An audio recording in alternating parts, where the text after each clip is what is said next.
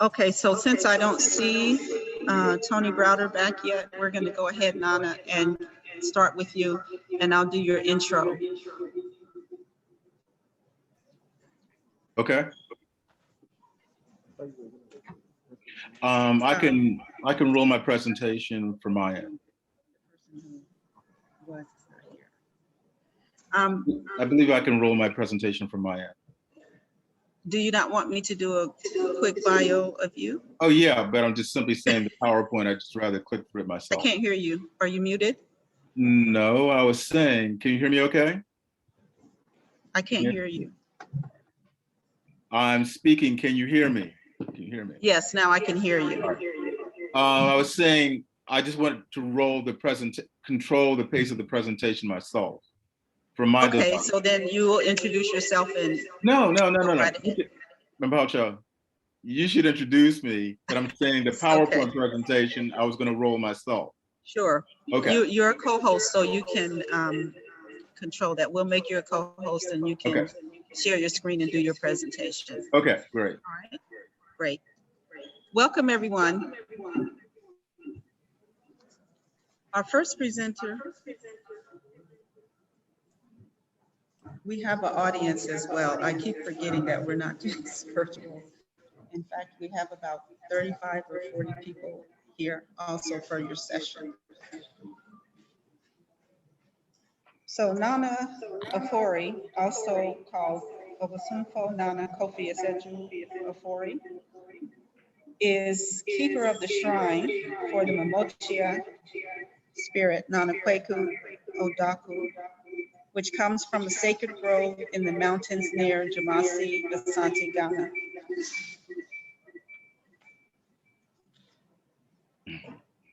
He completed his training as a priest in 1999 and was graduated by Nana Kweku Ofori, Chief Mamochia Okomfohene Nana, as well as Okomfohene Nana Akua Oparebea in America. He serves as the financial officer for the African Traditional Spiritual Coalition. He is also an attorney.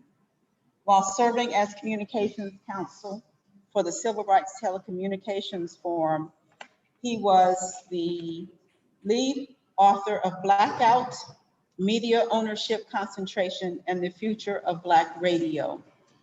He was also the principal investigator for a report funded by the Federal Communications Commission entitled When Being Number One Is Not Enough: The Impact of Advertising Practices on Minority-Owned and Minority-Formatted Broadcast Stations.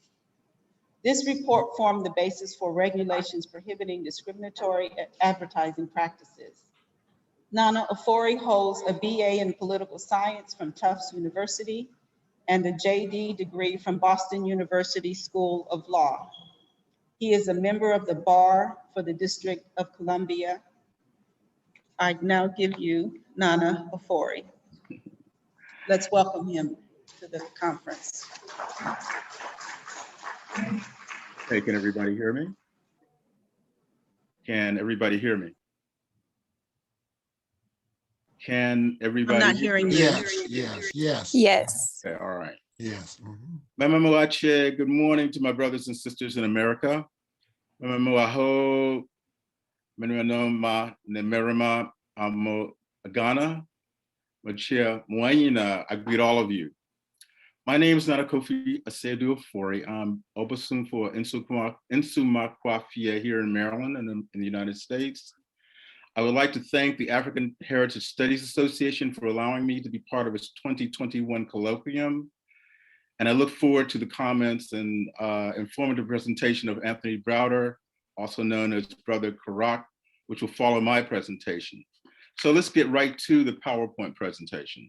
I'm going to share my screen.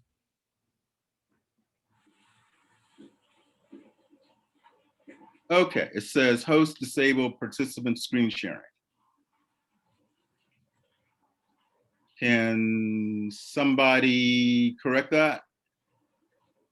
I'm getting a message saying host disabled. Yes. Alcho, Nana, they said you need to go.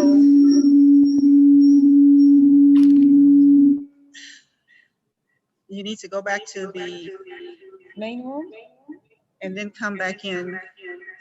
Sorry. Okay, leave They just room. told me that, and then you can share your screen. Okay, leave room. Yes.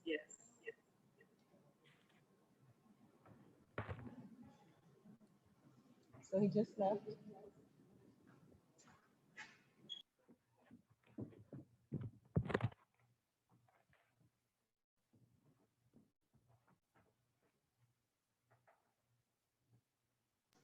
Welcome, Babatona.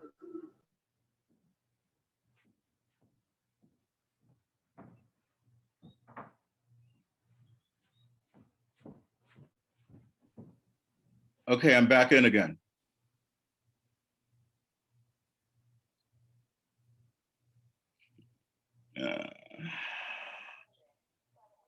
Still getting the same error.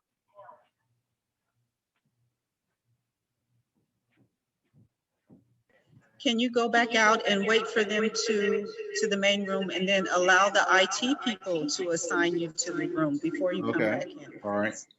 They need to move you.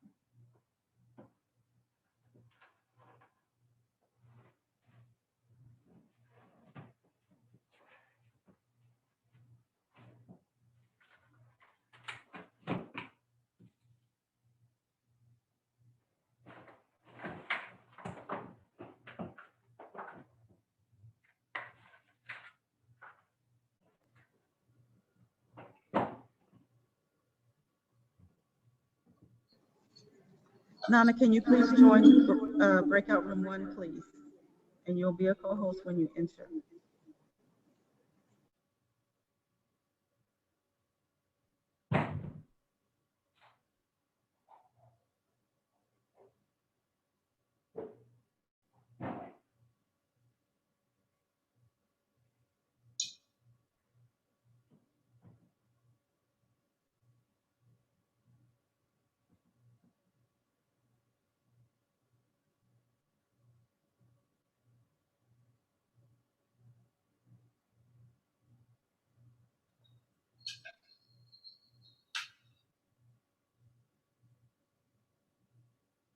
Nana fear.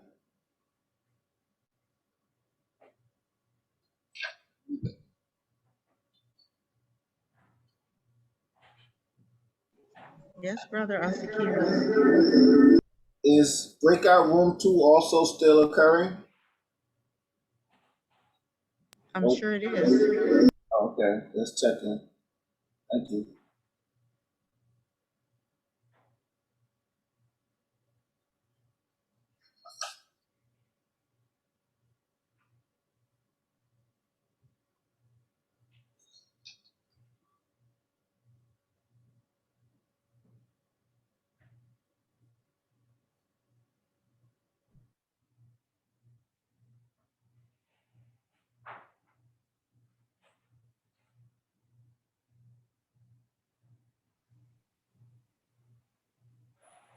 Okay, I'm back in. Please go ahead. You're a co-host now, so you should be able to share. All right, very good.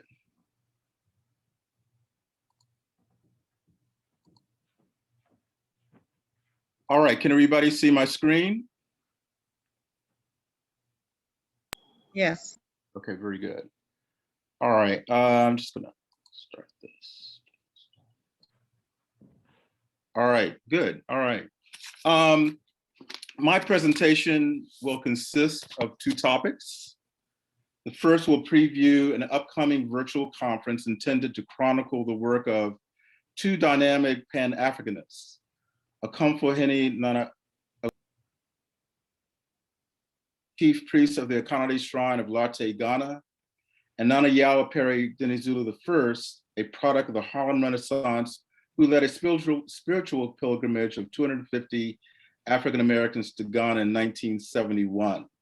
It will cover how the paths of these two great historic figures intersected and how they worked together to establish Akom, the traditional religion of the Akan people in America. The second topic previews a discussion that will be held, that will be part of the virtual conference, that will be presented by Okomfohene Nana. Okomfohene is a graduate of the doctoral program of the African Studies program at Howard University. She is also an Akom priest who wrote her dissertation about how Akom came to be established in America. Her presentation is intended to stimulate discussion about how African spirituality can play a more central role in the study of African art, music, culture, politics, and history. Fundamental to her presentation is that African spirituality is a center post of African culture, and that without a deeper understanding of African spirituality, one cannot comprehend African art, music, politics, and history. Nana Akua Oparebea was the fourth priestess to sit on the stool of Nana Panyin, the chief god of the Akonnedi Shrine located at Larteh, Ghana. She, along with Nana Akua Oparebea Dinizulu, was instrumental in bringing Akom, the traditional religion of the Akan people, to America. Nana Oparebea and Nana Dinizulu shared a common vision of reuniting Africans separated spatially by the Atlantic Ocean and in consciousness by the passage of time. For this reason, I have referred to both of them as Pan Africanists.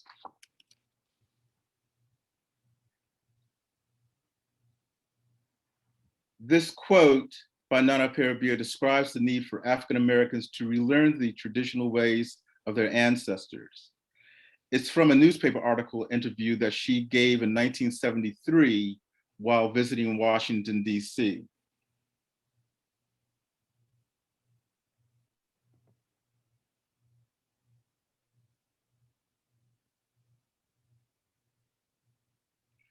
Nana Oparebea was a teacher.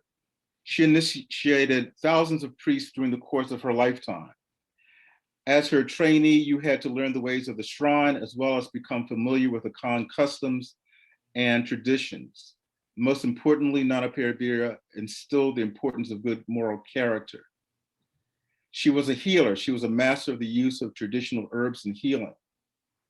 As stated earlier, Nana Oparebea was a Pan Africanist. Her mission in coming to the States was to reclaim those spirits lost during the transatlantic slave trade. It is reported that Nana Panyin, the chief god of the Akonnedi Shrine, appeared to Nana Oparebea in a dream, saying some of her people were missing in America and that she wanted those missing people found. Nana Panyin consented to allow Nana Oparebea to come to America because she wanted her people found. During her many visits to America, she established Akom houses in New York, Washington, D.C., and Philadelphia, and those houses in turn established branches in the Caribbean, Jamaica, and Canada. I personally accompanied Nana Oparebea to an exhibit on the transatlantic slave trade at the Smithsonian Museum. I will never forget her reaction of shock and disdain upon seeing a picture of our ancestors stacked in the bowels of a slave ship. As chief priestess, she was also in touch with the divine spirits that surrounded her.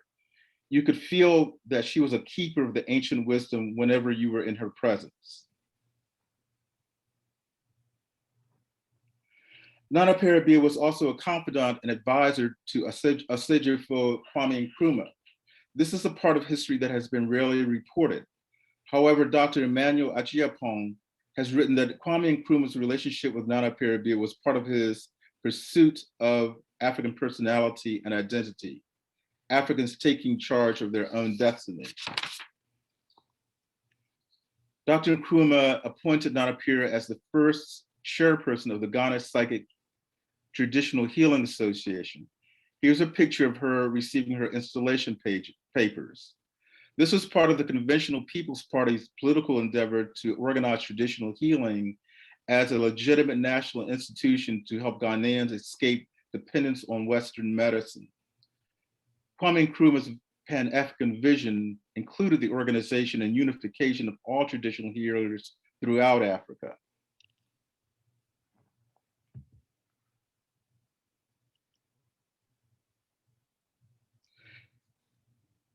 Dr. Nkrumah also supported Nana Akarebea by constructing part of the Akonnedi Shrine compound called Obosumfo. And this pan shot, whoops, we can go back. We can go back, all right. This pan shot shows, it'll roll. It's not gonna roll, okay. Okay, let's try that again.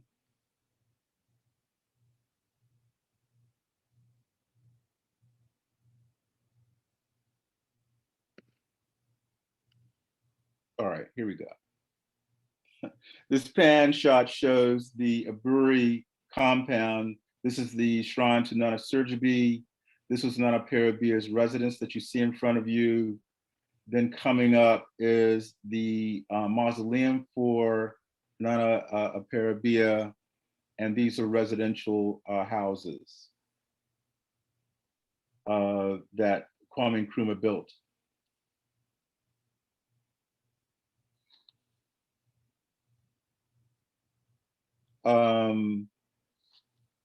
Nana Akarebea's influence was international in scope. She would later come to collaborate with Nana Dinizulu in establishing Akans in America. Nana Dinizulu and the institutions that he created emerged during a time of great political and cultural awakening in Harlem, New York. As early as the 40s and 50s, he was organizing institutions for the purpose of identifying and studying African religion and culture. As the leader of an African dance troupe during the 1960s, he was a contemporary of Chief Bey, Babatunde Olatunde, Oba Asurjiman Adefumne, and Chuck Davis.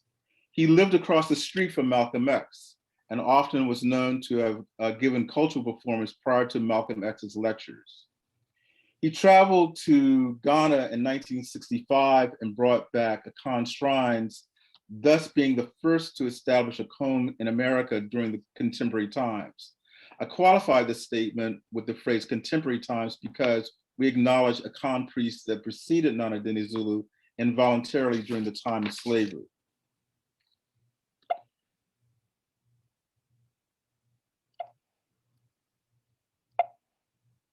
For some reason, I'm getting stuck here.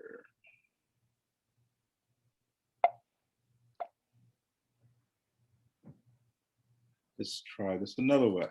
Okay. All right. In 1967, he established Basum Jemawazi, a name that referred to the tree gods and the god ancestors. The purpose of the organization was to train priests in the Akom religion, as well as all aspects of Akan customs and traditions, such as the Adentu, the naming ceremony, the wedding ceremony, and the Adrira Akan New Year or Yam Festival are examples.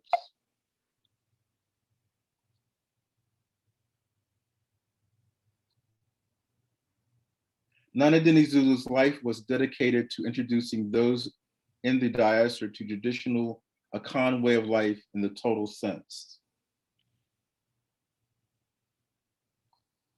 In 1971, Nana Dinizulu chartered a Pan Am airplane and brought 250 people, mainly in their early 20s, from America to learn and study the traditional religion of their ancestors.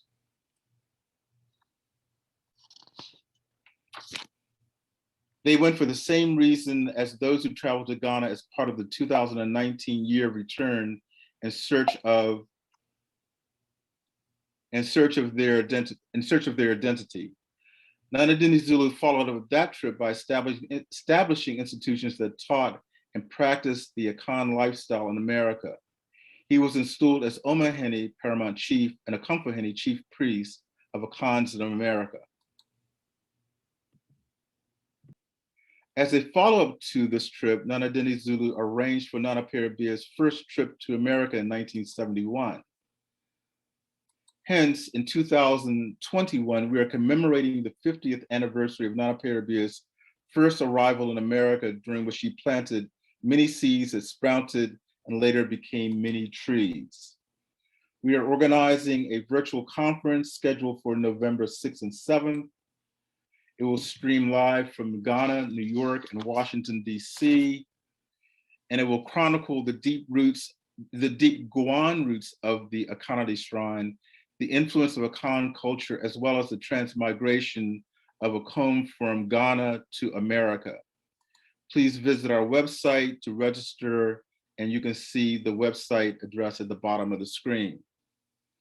This conference will also cover the details of how these two great Pan Africanists met and developed an enduring relationship during Nana Dinizulu's first trip to Ghana in 1965. It is said that Nana Dinizulu was introduced to Nana Oparebea by a mutual friend. During that trip, an Asante ancestor possessed upon the mother of Nana Oparebea and brought a great revelation. The ancestor stated that she was part of Nana Dinizulu's family lineage and provided the names of his ancestors who were captured during slavery. It was revealed that Nana Dinizulu was one of the lost sons, and that he had come back to take the shrines back to America. Nana Dinizulu subsequently initiated into Akom and brought back to America the shrines of Nana Surgibi, Nana AC Ketua, and Nana Adadi Kofi.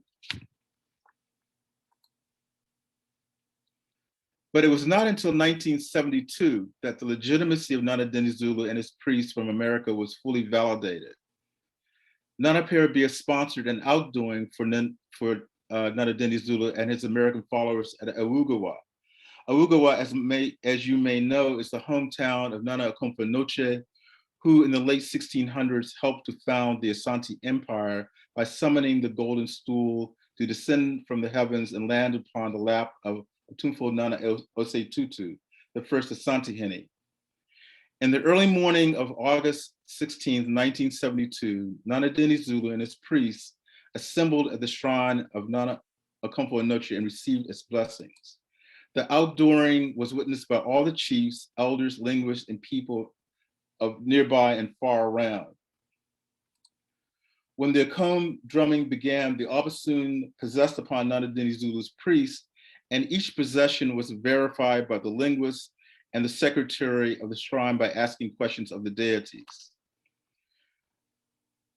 Afterwards, and this picture that you see on the screen right now is the only picture, I think the only surviving picture of that particular Akom, where one of the American priests was possessed for Nana Daddy Kofi. After the Akom, Nana Dinizulu was presented with schnapps and a sheet signifying his recognition as chief priest of Akans in America. This was the beginning of a new era during which Americans would impact Ghanaian, a traditional Akom, and Akom religion would socially transform the way many Americans would live, raise their children, serve community, and view spirituality. All of this will be covered in the upcoming virtual conference in November. As stated earlier, the second topic of my presentation is to preview the presentation as Okomfo Adjua Tano. Okomfo Tano received her doctorate in Africana Studies from Howard University. She wrote her dissertation on Akom in America, which forms the basis of much of the research for the virtual conference. Okomfo Tano is also a graduate priest of the ancient Obosun Tano. Her presentation is intended to stimulate discussion about how African spirituality can play a central role in the study of African art, music, culture, politics, and history. Fundamental to her presentation is that African spirituality is the central post of African culture, and that without a deeper understanding of African spirituality, one cannot fully comprehend African art, music, politics, and history. Okomfohene will address the question, what is African spirituality and what African spirituality is not? Does this only serve the purpose of providing good luck, getting money, a job, or a girlfriend, boyfriend, or is it a path for spiritual elevation? Does its belief system include the concept of judgment and accountability in the life hereafter? She will also address the juxtaposition found in many textbooks between polytheistic traditional African religion and monotheistic Christianity. This is a false dichotomy. She will discuss the use of the term paganism in connection with African spirituality. Are Africans really worshiping stones, rivers, and trees? This misunderstanding proves fatal to students who go on to curate our museums, museum exhibits, present art exhibits, and write books about our history. Our students must be taught to understand the Akan concept of that Inyame stands for.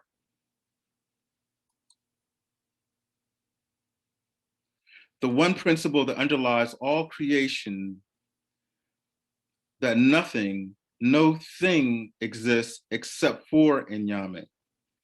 The failure to understand the meaning of Inyame compromises the ability of the ethnomusicologist to understand the music. It prevents the anthropologist from fully understanding an African shrine. Art students cannot fully understand the symbolic meaning of the Adinkra. And they say our ancestors were illiterate. That is because they cannot hear the words spoken by the drum, understand the hand gestures of the dance, understand the meaning of the cloth symbols, hear the birds, hear the plants, hear the animals. All these things are talking. They're talking all the time. No, the ones who are literate are the ones who cannot see or hear the way our ancestors could see and hear. And that is why they call Nana Oparebea the keeper of the ancient wisdom. We said earlier that Nana Oparebea was a close friend and confidant of Kwame Nkrumah, but historians and political scientists do not take this into account. How does his association with Nana Oparebea inform his vision of a unified Africa? Was he working to organize and unify all African traditional priests for the liberation of Africa? And if so, what role does that play in Pan Africanism? Was this man who sacrificed sheep to the Akonnedi Shrine so that Nana Oparebea could have permission to travel on behalf of the Psychic Traditional Healers Association, just a Christian seminary graduate? Shouldn't our African historians and political scientists take this into account when trying to explain the religious pluralism as part of his vision of Pan-Africanism? The field work of the ethnomusicologists and anthropologists will often lead to encounter with a spiritual ritual involving song, dance, and possession. Here's a short video. I'm going to try and turn this down. So I can get over here.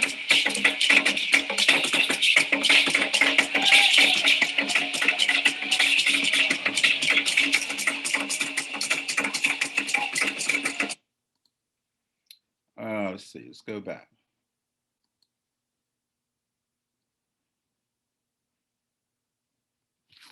I'm trying to remove the names out of the way so that I can't get to the volume on this. So I'm gonna let this,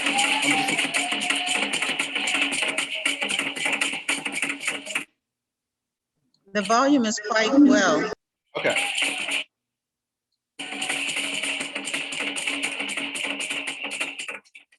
As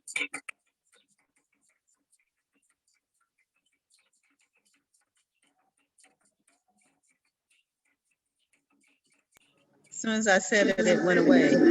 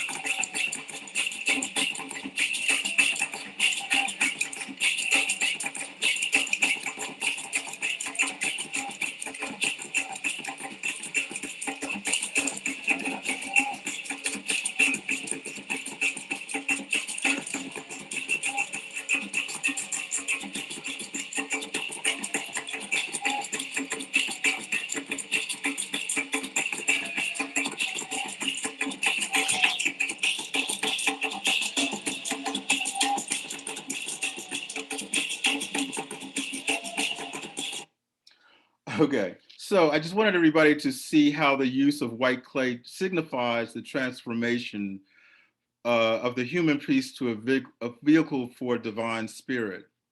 We often read in textbooks where African priests are referred to as fetish, or how the priest is mounted by the fetish.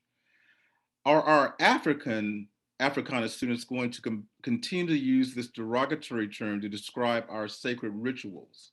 The word fetish is a derivative of the Portuguese word feitiço, meaning fake, magic, sorcery. Should our Africana students perpetuate the use of this derogatory term? Everyone in this audience has likely visited the Smithsonian African Art Museum. Not to take away from the immense effort involved with assembling a large amount of African artifacts, but let's for a moment examine how they're curated.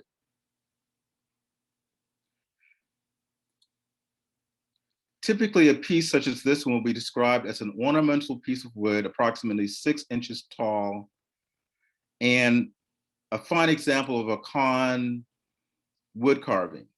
Miss is the fact that this is in fact a shrine, and that it was made from the spiritual OD tree, and the significance of the OD tree. And it is used to invoke a morte or dwarf deity. Notice the reverse feet in this statue. Our Africana students, our African Africana students, prepared to fully comprehend and present our culture in a spiritual context? And is this comprehension going to be merely intellectual or experiential based? Are the museums that we as African people build for the purpose of teaching our African history and culture going to be one-dimensional, or are we as curators of our own art and history prepared to present our history and culture in the context of a very proud and spiritual African people? These are the issues and questions that will be explored during Okomfohene presentation on November 7th. I encourage you to register for the November 6th and 7th virtual conference. Our early bird tickets are $15 for students and $25 for non-students. The website can be seen at the bottom of this page.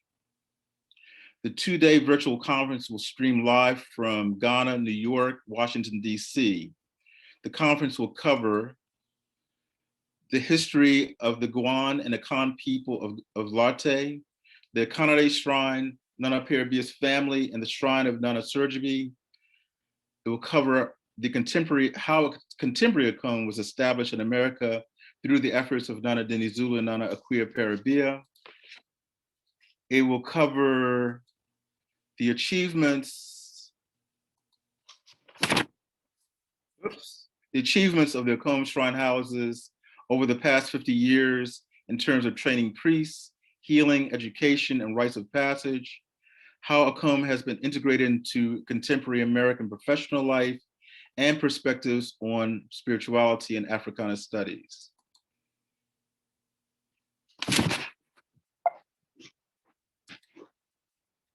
I would like to thank the African Heritage Studies Association for allowing me to be part of the 2021 Colloquium, and that concludes my presentation.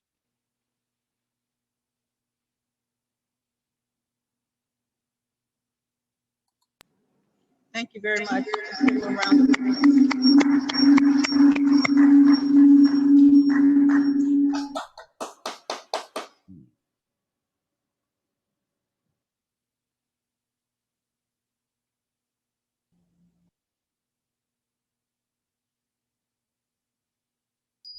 Nana Akua, you're on mute.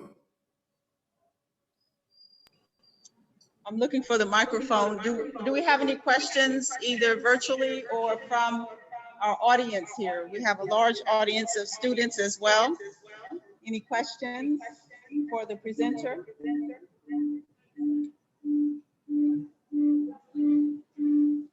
We have a microphone. Hold on one second.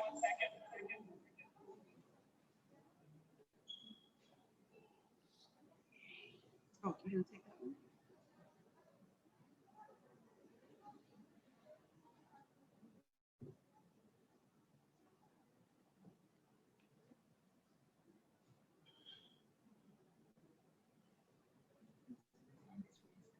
I thought I saw one. No? No hands?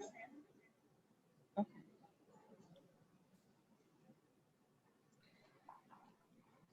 Okay, Obadele, I see your hand. Please unmute yourself and ask your question.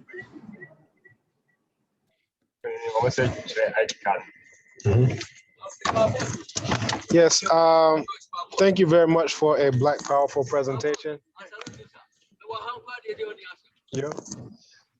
So my question was, one, how do you understand the white powder that you see the Okomfohene having? Initially, that would be healing white clay, but in contemporary times, oftentimes what's used is talcum powder. So the white clay, whereas it has healing properties, the talcum powder is a known carcinogen. From Johnson & Johnson, they had to pay, millions in damages because they knew that it caused cancer. So one, how do you understand the white clay? Not just in terms of that, but then also in terms of what do you understand as the spiritual significance of them wearing the white clay or white powder coming from the white clay? And then two, in the presentation, I heard Guan mention, but much was mentioned in terms of Akan spirituality and Akan at 50.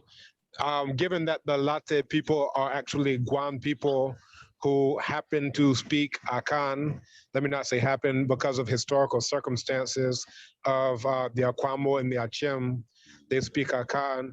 Why is the Guan aspect of it not, let me say, played up as much as the Akan, given that these are actually Guan people?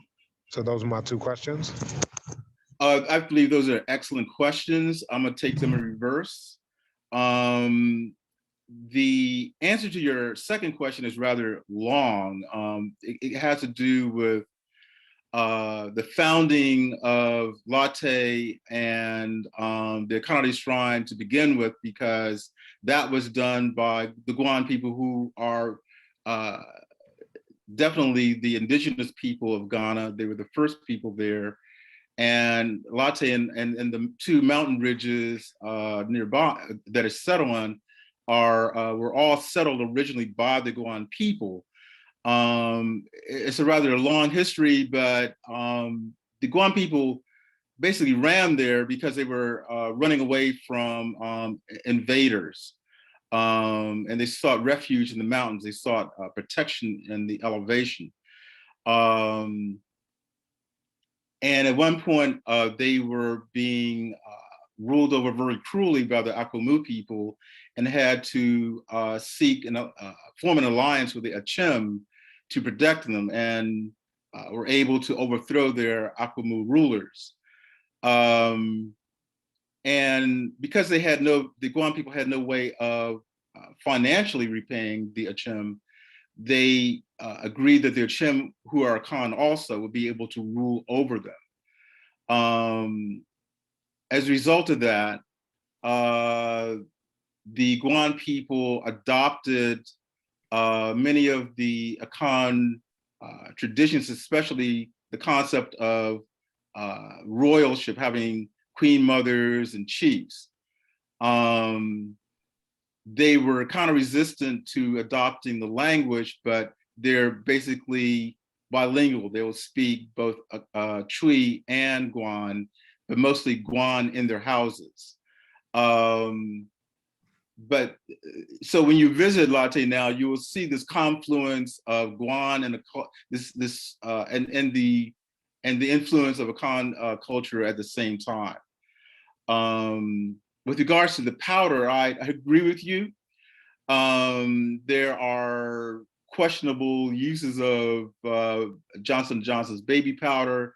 The best way I can answer that question is to say traditionally, the white clay either comes from a river, or sometimes it can be found in the mountains. There's different qualities of white clay. It's gotten out of the river and ground down to very fine powder. Sometimes medicine is put into the white clay that helps with the possession. However, when Americans went to Ghana and came back to America, it wasn't emphasized, or well, you should use the original white clay. It's just like everything, things are adapted, and perhaps it could have been more emphasized that this is something that you should need to stick with, use the original white clay as opposed to a substitute, a Johnson & Johnson's. But I think those are excellent questions.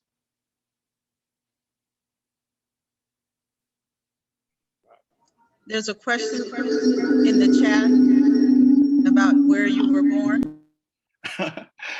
I was born in Washington, D.C. I was adopted by a family when I first went to Ghana in 1991. They said, you can't be running around here with this European name, and they gave me their family name, Ofori. I'm also married to an Asante sister.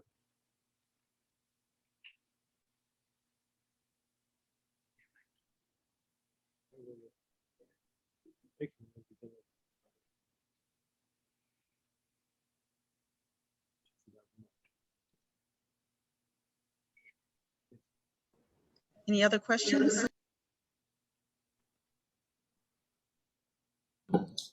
Yes, Nana. I was wondering, as far as where does Nana Sankofa come into play in terms of the Obosumfo coming to America and initiating shrines? Okay. I can answer that question very easily. I first went to Ghana in, I think, 1991. Yeah, okay. And I went to a festival at the Akonnedi Shrine for Nana Surgery. And at that time, I met a brother named Nana Kwesi Apong, who was a Motia priest to Sankofa. So the story is that I was the one that first made contact with Nana Kwesi Apong, who is the Sankofa priest who is from Oyoko.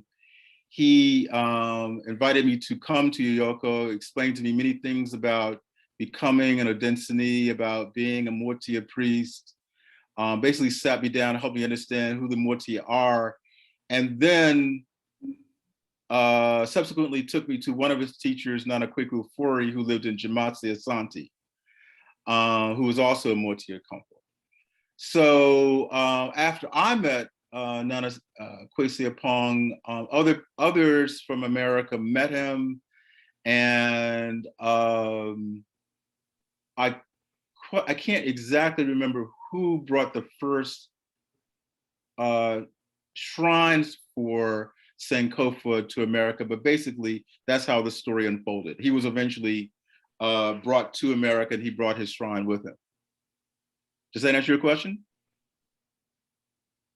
Yes, Barbara, thank you. Okay. And I'm looking forward to the conference because indeed, many of our people are making it a scholastic issue or a political issue or economic issue. But if you don't have the spirit at the center of what you're doing as an African, then you're just playing games, really. And so I'm looking forward to this conference. Thank you very much, Barbara. You're welcome. Yeah, and I also just wanted to mention the film Voices of the Gods. If you haven't seen that as well, it's an excellent film that documents the coming of the Akan spiritual system to the U.S. I see where someone's asking the question, have I had my DNA analyzed by AfricanAncestry.com? No, I have not, but I certainly intend to. My mother is 106 years old, so we're going to do hers first, and then I will do mine. But what I want to add to that, I mean, one should be not only interested in their DNA line or genealogy, one has to also investigate their previous incarnations in Ghana. That can be best done through divination.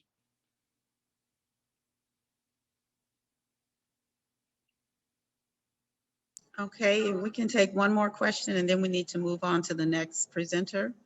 Is there anyone else? One final question? Well, I have one more question for Nana, and that's because we have our brothers, our young brothers and sisters there on the continent right now listening to him. If you could drive home one thing to them about African spirituality, what would it be? Well, I think that kind of speaks to why is it that we in America will travel 5,000 miles to Ghana in search of this information and to seek initiation to our original religion. And it really has to do with education. Perhaps I'll share a short story. I was driving, or someone was driving in traffic in Accra many years ago, and bumper to bumper traffic. We were slowing down, and I saw this young person walking down the street, Nubian Black brother, right? And he was hawking pictures of, I'll call him Yeshua, the European depiction of Yeshua.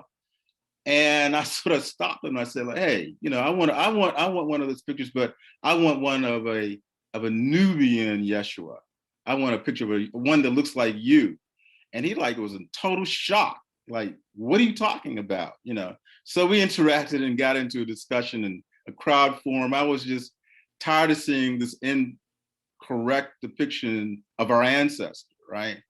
So I asked the driver of the car, who's from Ghana, why is it that, people are sort of preoccupied with, selling these images? And his answer to me is that, well, we believe that Christianity brought civilization to Ghana.